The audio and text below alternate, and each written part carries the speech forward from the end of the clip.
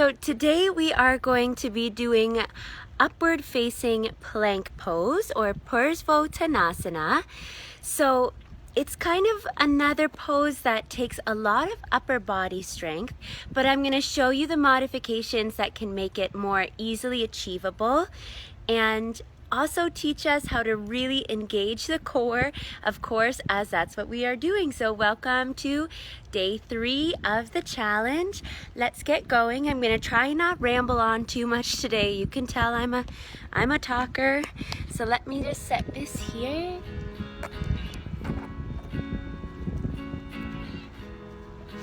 Perfect. So first modification we're going through, we have the knees bent and feet on the mat. So have the feet hip width distance apart, the knees bent, and bring the hands behind you. So if I just turn to the side for a moment so you can see, the fingers are pointing straight ahead towards your hips, okay? So count of 3, let's lift everything we can up away from the mat. So press into the hands and the feet, squeeze the bum, lift the hips nice and high. Now some people prefer to look straight ahead in this one if you have any neck issues, or you can look up to the sky, keeping the neck nice and long. Let's try for 3 full breaths right here.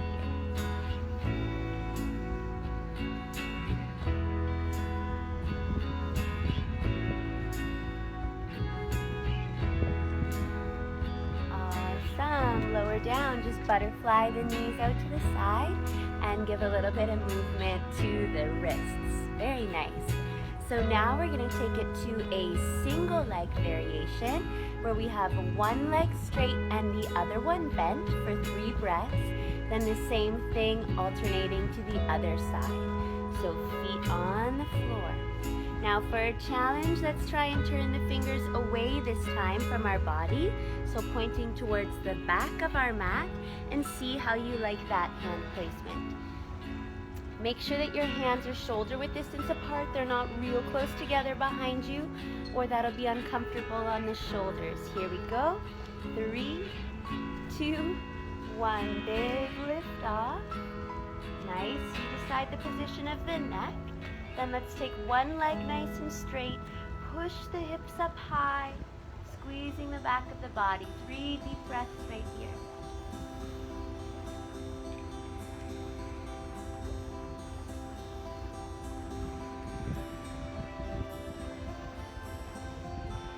Now you can either lower down and switch or bend one leg, straighten the other. Again, drive through the feet and push the hips up nice and high.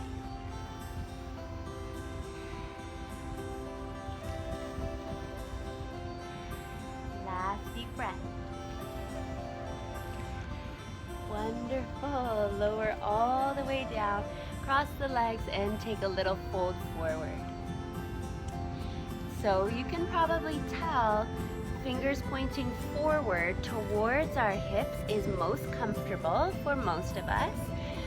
You can feel it a little bit at the front of the elbow, the inside of the elbow when the fingers are turned the other way, but it's just personal preference. Some people do like their fingers pointing back, others prefer forward. So now you'll know which one works best for you. Now what we're going to try is one more difference with the arms, a variation with the arms that I find gets the core working a little bit more. And it is on the forearms, okay? So extend the legs out to straight. Have your hands pointing in towards your bum again and come on down to the forearms. Kind of looks like fish pose we're getting ready for, right? Bring the legs nice and close together, squeezing through the thighs. Count of 3, we're gonna push the hips up again and lift everything we can up off the mat. Here we go. 3, 2, 1. Nice big lift. It doesn't feel big. Let's see if we can tuck the bum under, get the hips up nice and high.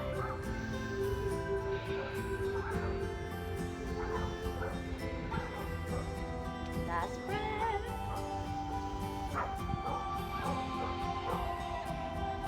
Nice job. Come all the way back up and take a little forward fold over the So if you have any wrist issues and you're doing your yoga burn practice, that's the variation that you would do. Just come down to the forearms. Same with a regular plank, just come down to the forearms, yeah? Last little thing we're gonna add in here is some leg raises to just get that core fired up a little bit more. So I'm gonna turn and face the other way, I think. Will be a more ladylike view. So we're gonna come all the way down to our back, and we're gonna go for about 8 rounds of these, okay? We're gonna lower as slowly as we can and as low as we can, and then powerfully exhale to draw the legs back up nice and kind of quick with some real strength, some real effort, yeah? Okay. So here we are down on our back. You can have your arms at your sides, or if you like, bring your hands right underneath your bum. Extend the legs up to straight and flex the feet. Pull the tummy in tight and anchor the lower back down to the mat. So here we go, we're inhaling and slowly, slowly lowering the legs all the way down. Now, if the back pops up and you can't keep it down, don't go as low. Powerful exhale, come all the way back to center. That's 1. Okay, here we go. Nice and slow, slow. Keep the low back down. Exhale, power all the way back up.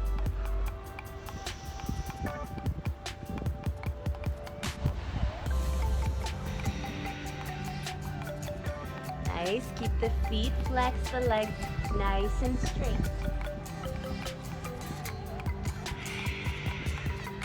There's 4. It might have been 5, we'll call it 4. Here's 5. Keep the low back down, we're halfway there. 6.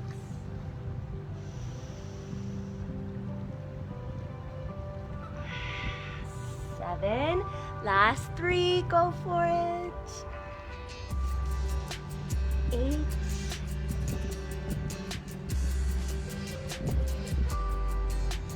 9. And last one, nice and slow, nice and slow. And 10, nice job. Hug the knees in, rock side to side. Let's let both knees fall over to one side, doesn't matter which way. Stretch out through the arms, breathe into the belly.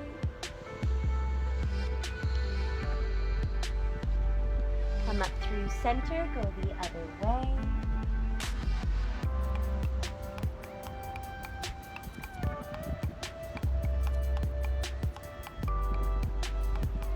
Come up through center, grab onto the backs of the thighs. Let's see if we can just rock the feet in.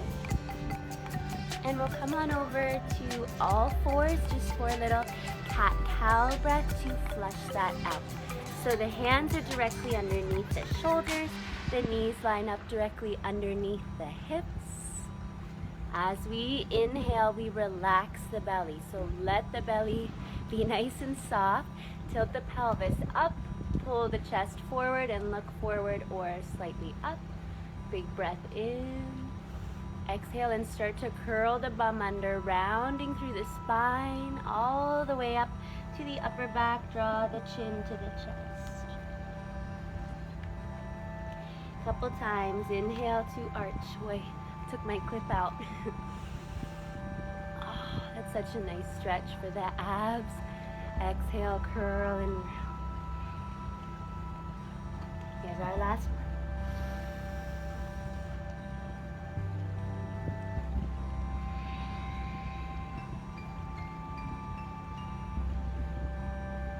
Nice job.